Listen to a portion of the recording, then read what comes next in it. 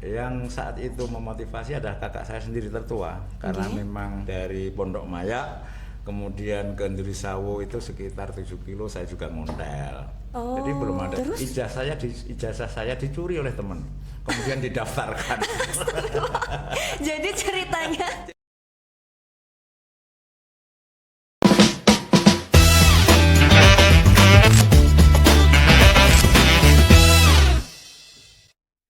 Assalamualaikum warahmatullahi wabarakatuh.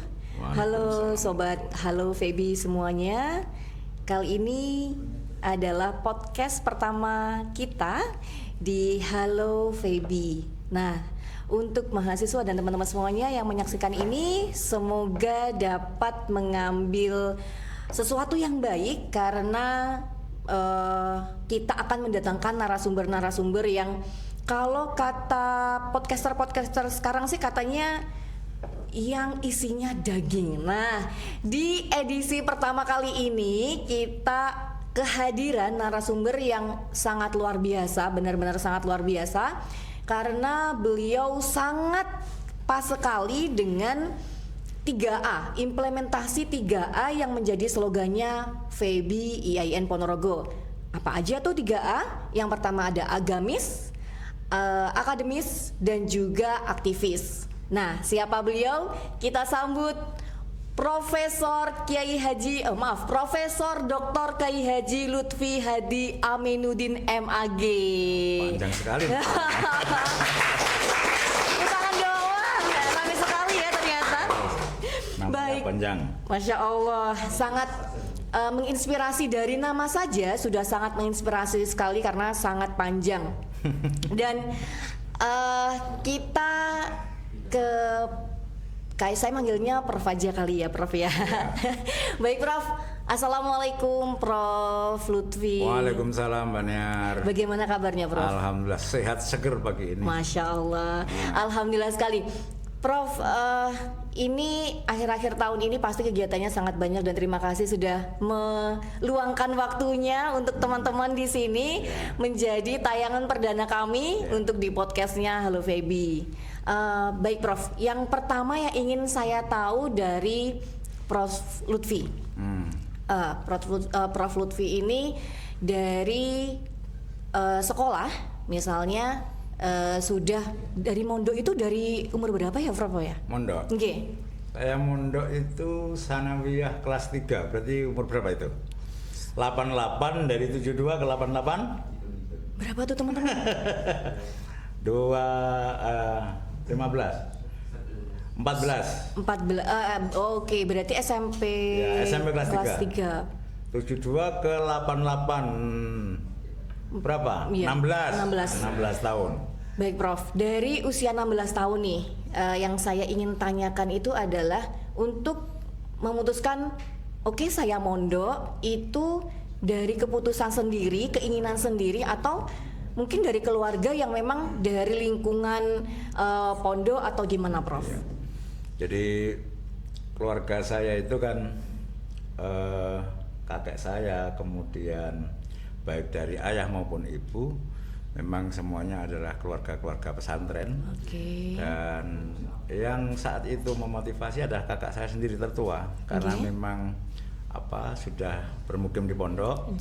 Dan kemudian saya mencermati, ini kok kakak ini asik sekali ya kalau mondok ya, bisa saya dengar, bisa baca kitab kuning, kemudian bisa menyampaikan ilmu agama dengan mudah dan seterusnya. Itu menjadi motivasi tersendiri, menjadi termotivasi. Jadi keluarga, kemudian dari kakak itu yang kemudian memotivasi saya untuk belajar di pondok pesantren. Oh, berarti di tahun 88. Berarti memang keinginan sendiri, terinspirasi dari kakak. Oke, saya kalau gitu mau mondok deh gitu, Prof.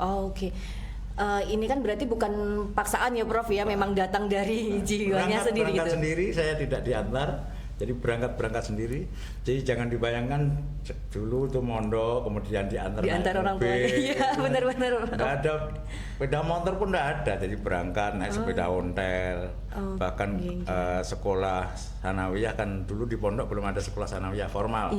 Saya harus keluar dari Pondok Maya kemudian ke Ndurisawo itu sekitar 7 kilo saya juga ngontel. Jadi belum ada sepeda motor, tidak seperti sekarang ini. Jadi ngondal, berangkat ke pondok juga ngondal sendiri gitu kan. Masya Allah, berarti dari gini, kalau dari 3A itu kan yang pertama agamis. Prof Lutfi sudah dengan keinginan sendiri, yaitu menginginkan untuk menempa ilmunya di pondok, lalu sekolah formalnya keluar dari pondok untuk menyelesaikan akademisnya. Oke. Ini luar biasa sekali sih ya teman-teman ya. Mungkin bisa applause dong. Ya. Ini bisa teman-teman bisa menginspirasi sekali ya, karena sekarang kan kebanyakan pondok pesantren itu sudah satu kesatuan dengan sekolahnya ya Prof ya. Jadi udah enak gitu. Nah, padahal dulu itu kita mau mondok effortnya luar biasa, mau menyelesaikan sekolah formal juga luar biasa gitu ya Prof ya. Nah, yang saya ingin tanyakan, pada saat itu keinginannya apa sih Prof? Kok effortnya segetol itu gitu, kok pengen agamanya pengen nggak cuma saya nggak cuma agama deh, saya pengennya juga akademiknya juga Itu yang membuat umur 16 tahun loh teman-teman ya, umur 16 tahun tuh kita masih ngapain sih gitu, dan pada saat itu keinginan Prof Lutfi udah luar biasa banget. Itu apa sih Dok, Prof Kalau saya malah mendapatkan doktrin dalam ilmu pendidikan Islam yang dituangkan di dalam kitab Ta'limul Muta'alim itu, kita mencari ilmu itu ya sebatas pokoknya menunaikan kewajiban bahwa thalabul ilmi fardhatun ala kulli muslimin wa muslimat, itu bahwa menuntut ilmu prestasi di dalam keilmuan itu adalah sebuah keharusan. Sehingga tidak ada kemudian saya dulu cita-cita jadi dosen, apalagi jadi dekan, apalagi jadi yang lain, tidak ada. Jadi murni adalah tujuannya adalah akademis. Karena itu tuntutan dari agama, thalabul ilmi fardhatun itu tadi. Dan yang kedua adalah tentu kita mencari ilmu adalah untuk menghilangkan kebodohan, untuk menghilangkan kebodohan. Jadi jangan sampai kita diberi kesempatan, ada ruang yang banyak, ada kesempatan waktu yang cukup, tetapi kemudian kita membiarkan diri dalam ketidaktahuan. Itu adalah salah satu bentuk kedzaliman pada diri sendiri. Jadi itu saja motivasinya Mbak Niar. Jadi tidak ada motivasi yang lain, ingin jadi ini, jadi ini, tidak ada. Jadi itu tidak ada target. Jadi hidup mengalir saja, mengalir. Tapi Mas punya cita-citanya yaitu menyelesaikan akademiknya niku. Cuma kita kan punya keyakinan bahwa Allah sudah berjanji yarfa'illahu alladzina amanu minkum walladzina utul ilma darajat. Jadi orang yang dengan kemampuan akademik, orang yang mencari ilmu, jelas semuanya nanti akan diatur oleh Allah Subhanahu wa taala. Semuanya akan dimudahkan oleh Allah Subhanahu wa taala. Jadi nggak usah pakai target-target yang mendaki-daki ya. Mungkin eranya sekarang berbeda dengan sekarang ya.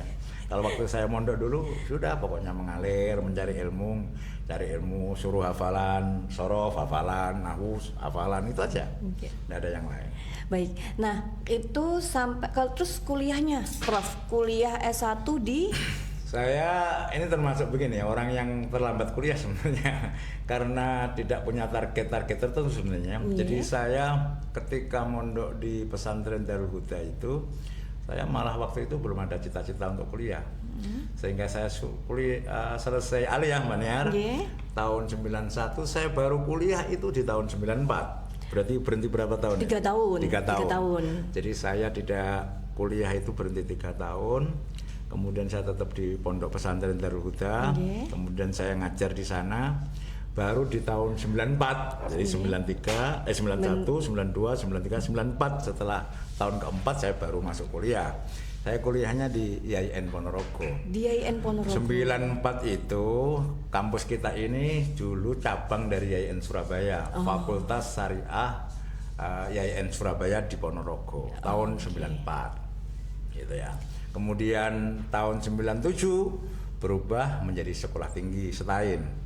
Jadi masuknya itu IAIN Ponorogo cabang Surabaya, lulusnya Setain Ponorogo tahun 98. Terus yang membuat ya udah deh kalau gitu, kan biasanya nih Prof kalau sudah lama tidak cepat untuk kuliah misalnya itu kan malah malas. Nah, yang membuat Prof Lutfi, ya udah deh saya akhirnya kuliah, apalagi sampai S2, S3 dan sekarang sudah menjadi guru besar gitu loh, Prof. Itu gimana ceritanya? Jadi ini yang tidak banyak diketahui oleh orang. Saya daftar kuliah itu juga bukan karena saya sendiri. Terus? Ijazah saya dicuri oleh teman, kemudian didaftarkan. Jadi ceritanya?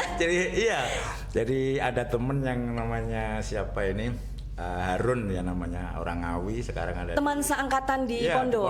Di Pondok. Yeah. Jadi mereka mungkin melihat kalau mereka mengerjakan tugas-tugas nerjemah bahasa Arab itu kan saya yang bantu. Iya. Mereka kemudian berpikir mungkin dia bilangnya begini, kok iman sampai itu bisa begini-begini kok nggak mau kuliah. Akhirnya ijazah saya di almari itu diambil, kemudian didaftarkan. Jadi bukan saya daftar, tapi mereka yang mendaftarkan. Jadi saya berutang baik banyak kepada teman-teman yang nyolong ijazah saya. Tapi ini luar biasa sekali, Prof, karena dari sesuatu yang sebenarnya tidak disengaja, berarti bukan kemauan sendiri, terus tiba-tiba sampai selesai sekarang sampai guru besar, itu kan kayak kok bisa sih gitu. Maka sebegitu saya masuk, kemudian asik juga ternyata kuliah gitu. Oh gitu, merasakan dunia perkuliahan. Merasakan dunia perkuliahan, dan saya menjadi tertantang kalau kemudian ada mata kuliah yang sulit. Seperti ada falak itu kan menjadi mata kuliah yang rata-rata orang nggak suka. Kemudian ada Faroe dan seterusnya. Semua yang saya dapat di pondok pesantren itu tinggal dipertajam saja di perkuliahan. Sehingga itu menjadi semangat tersendiri bagi saya untuk lebih serius di dalam kuliah. Jadi maka begitu setelah masuk ya menjadi tenanan. Artinya iyo, nek ora yo, nek ora yo ora. Artinya begitu saya masuk ya tenanan. Maka IP-nya lumayan juga. Masya Allah. Lalu Prof, terus kan kalau sudah masuk ke dunia perkuliahan, jadi mahasiswa nih.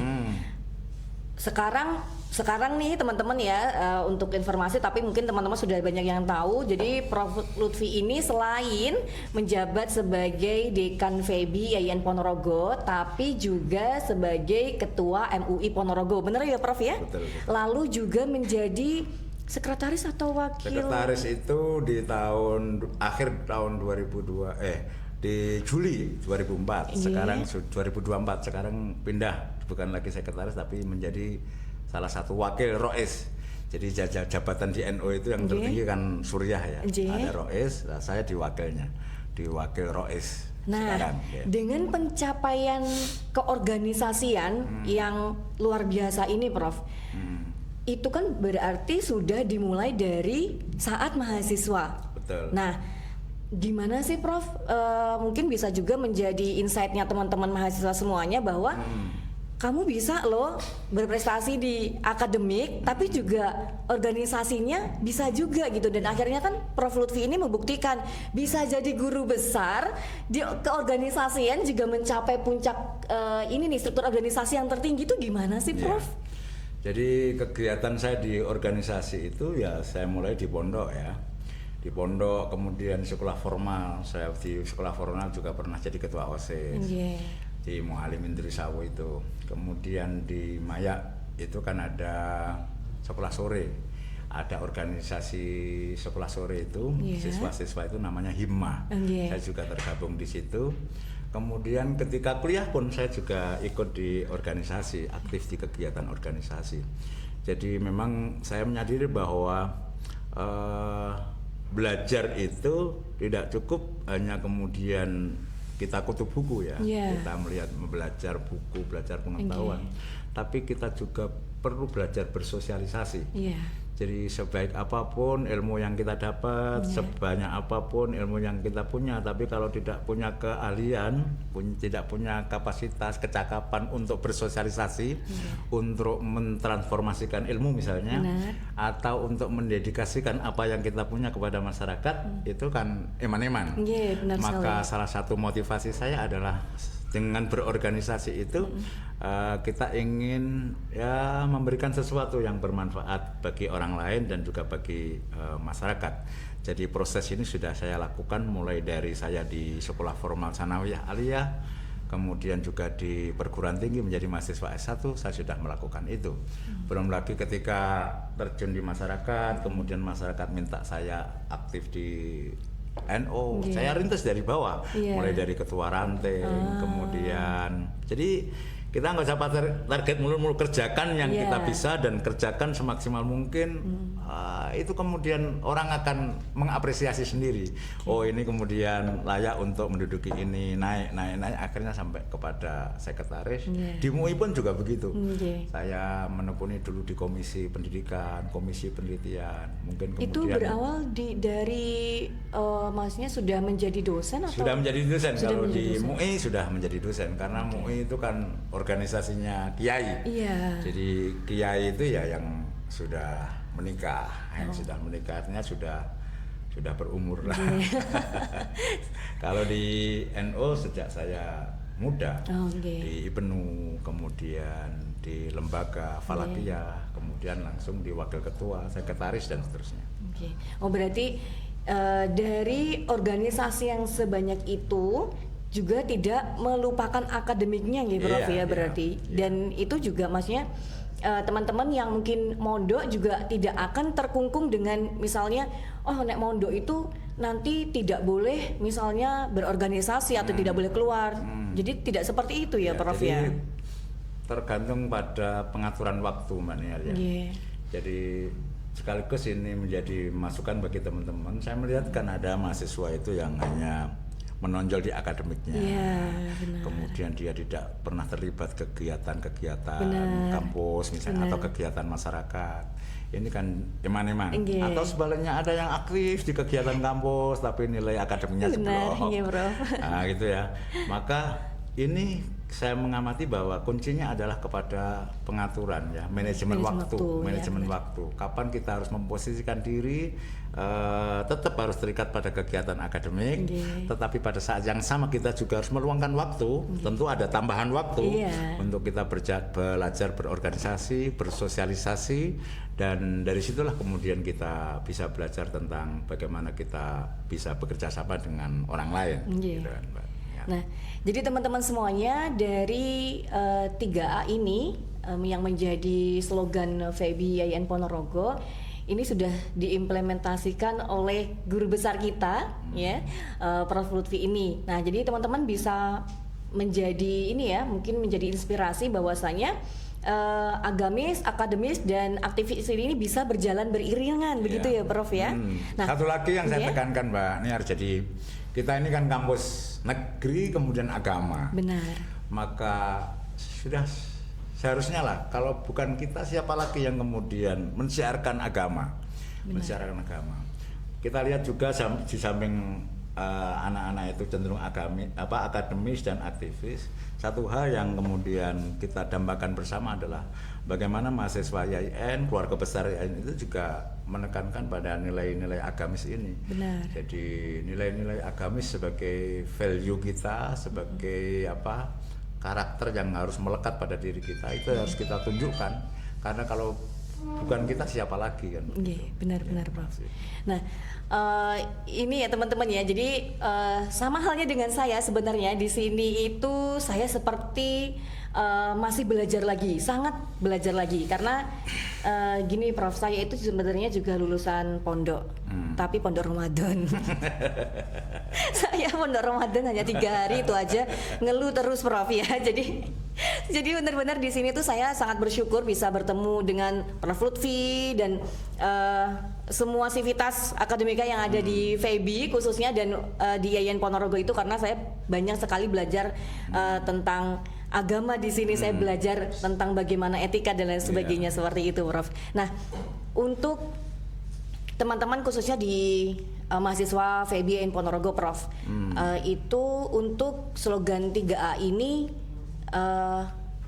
pesan untuk teman-teman seperti apa agar bisa mungkin mengimplementasikan atau mungkin Prof Lutfi punya memang kenapa sih kok FEBI YIN Ponorogo itu slogannya agamis, akademis dan aktivis? Jadi ketiga A ini sebenarnya saya sarikan juga dari pertama adalah surat Al-Alaq ya. Jadi Iqra bismi rabbikal ladzi khalaq. Itu kalau kemudian saya terjemahkan adalah Iqra-nya itu adalah akademis. Benar. Jadi orang itu harus mempunyai kecakapan akademis. Iqra, harus membaca, harus belajar apapun, belajar di kampus, belajar di luar kampus, kita belajar. Tapi jangan lupa bahwa perintah Iqra itu ada kata-kata setelahnya adalah bismi rabbikal ladzi khalaq. Belajar kita terikat oleh harus diperkuat, dilandasi oleh ajaran agama. Bismi rabbikal ladzi khalaq. Jadi tetap belajar. Nah, belajar yang kita lakukan ini, ilmu yang kita dapatkan ini jangan kemudian justru menjauhkan kita dari nilai agama. Misalnya pointer tapi nggak pernah sholat. Itu kan aktivis-aktivis kan rata-rata begitu. Jadi pointer belajar aktivis. Ketawa Prof, berarti tersindir Prof. Lah, yang kita mau di FEB ini yo akademisnya bagus, kemudian ibadahnya juga diopeni ya. Ibadahnya diopeni. Kemudian yang ketiga adalah aktivis ya. Aktivis itu buah dari kita belajar, kemudian apa yang kita dapat itu kemudian kita bisa berbagi kepada orang lain. Kalau mau dicari candolannya ya surat At-Taubah ayat 122. Jadi walau lana faro min kulli firqatin ta'ifatum minhum liyatafaqahu fiddin wal yunziru qaumahum idza raja'u la'allahum yahdharun. Jadi setelah kita belajar, setelah kita dapat, kita punya ilmu, maka jangan untuk kita sendiri. Tapi bagaimana status mahasiswa agent of change dengan ilmu yang dia punya, dengan kemampuan pengetahuan yang dia dapat, bagaimana dia kemudian benar-benar menjadi agent of change. Dia mentransformasikan ilmunya, mentransformasikan skillnya untuk berbagi kepada masyarakat, berbagi kepada sesama. Khairun nas anfa'uhum linnas. Orang yang paling top itu adalah orang yang bisa berbagi, memberi manfaat kepada orang lain. Baik Prof, terakhir nih Prof. Untuk cepat sekali. Iya. Ini dari tadi saya sudah diingatkan nih Prof sama krunya. Baik Prof, yang terakhir untuk teman-teman semuanya di mahasiswa, terutama yang sudah mahasiswa akhir nih Prof. Jadi mereka sepertinya tuh butuh motivasi yang lebih gitu kan Prof, agar cepat menyelesaikan tugas akhirnya. Pesannya apa sih Prof? Iya, jadi kembali kepada satu adalah manajemen waktu ya. Jadi setiap waktu kita ada tugas, ada tuntutan. Kalau pekerjaan saat ini kemudian kita tunda sampai nanti, pekerjaan yang nanti akan kita kerjakan kapan? Sehingga jangan ditunda-tunda lagi, waktu terus berjalan, maka keputusan hari ini akan menentukan masa depan. Maka jika berlama-lama tidak menyelesaikan studinya juga akan berdampak kepada bagaimana yang nanti gitu kan. Belum lagi yang kedua, saya sering berpesan kepada para mahasiswa untuk menyelesaikan tugasnya itu, kamu itu loh kuliah itu niati membahagiakan orang tuamu. Kamu enggak izin toh atau enggak rikuh toh orang tuamu setiap saat ditanya tetangga, anakmu sampai burung le awak anakmu putrane jenengan sampai nopo dereng, itu kan orang tuamu bingung jawab. Maka jangan tambah beban orang tamu dengan membiayai terus menerus. Jangan tambah lagi beban orang tamu dengan beban psikologis, ditanya tetangga, ditanya temen, kok anakmu nggak selesai. Nah, itu kan guyonan saya begitu, tapi itu serius. Benar. Jadi selesaikan tepat waktu ya, selesaikan tepat waktu biar kita bisa berbuat lebih untuk masa-masa setelah kita lulus, jangan ditunda-tunda ya.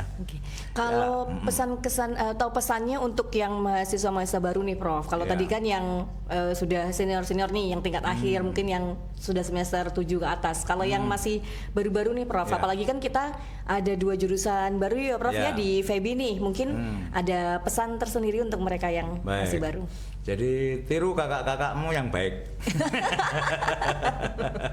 Tiru kakak-kakakmu yang baik, jangan ditiru kakak-kakakmu yang tidak baik atau kurang baik. Biasanya semester 1 itu adalah langkah-langkahnya sudah tepat. Biasanya saya melihat karena di semester 1 saya ngajar, mereka semangat, kemudian antusias, maka jaga semangat itu, kemudian ikuti perkuliahan dengan baik. Di samping perkuliahan juga ikuti kegiatan mahasiswa, biar kita tambah kegiatan kita tidak hanya sekedar aktif akademik, tetapi juga aktivis, dan ikuti perkuliahan dengan baik. Jangan kemudian biarkan nilai tidak lulus itu kemudian dibiarkan sampai kemudian tiba-tiba tahu-tahu sudah semester tua, tapi begitu ada nilai yang tidak lulus misalnya segera diurus untuk dilakukan perbaikan. Artinya apa? Ikuti perkuliahan dengan baik, tiru senior-seniormu yang baik untuk menjadi motivasi, dan kalaupun terpaksa melihat senior-senior yang tidak baik, itu ambil pelajaran untuk tidak ditiru gitu kan. Baik Prof, terima kasih Prof Lutfi. Tepuk tangannya dong teman-teman semuanya. Baik Prof Lutfi, terima kasih sudah meluangkan waktunya di podcast perdana kita. Nanti misalnya ada kesempatan lagi bisa ngobrol lagi ya Prof ya. Siap selalu. Baik Prof, dan untuk teman-teman semuanya yang nonton podcast ini, saya ingatkan untuk jangan lupa seperti podcaster lainnya, jangan lupa untuk subscribe, like, dan share video ini ya teman-teman semuanya. Karena dengan begitu pahala teman-teman pasti akan bertambah, iya kan Prof? Ya. Karena ini adalah syiar, ini adalah salah satu syiar kita, usaha kita untuk syiar, untuk menyebarluaskan sesuatu yang baik ya Prof ya. Nah salah satunya adalah dengan membuat podcast ini. Dan nanti akan juga di kesempatan berikutnya banyak sekali narasumber-narasumber lainnya yang juga pastinya akan memberikan insight-insight yang luar biasa juga. Jadi untuk teman-teman semuanya jangan lupa untuk subscribe, like, dan share, dan kita ketemu lagi di video berikutnya. Assalamualaikum warahmatullahi wabarakatuh, sampai jumpa.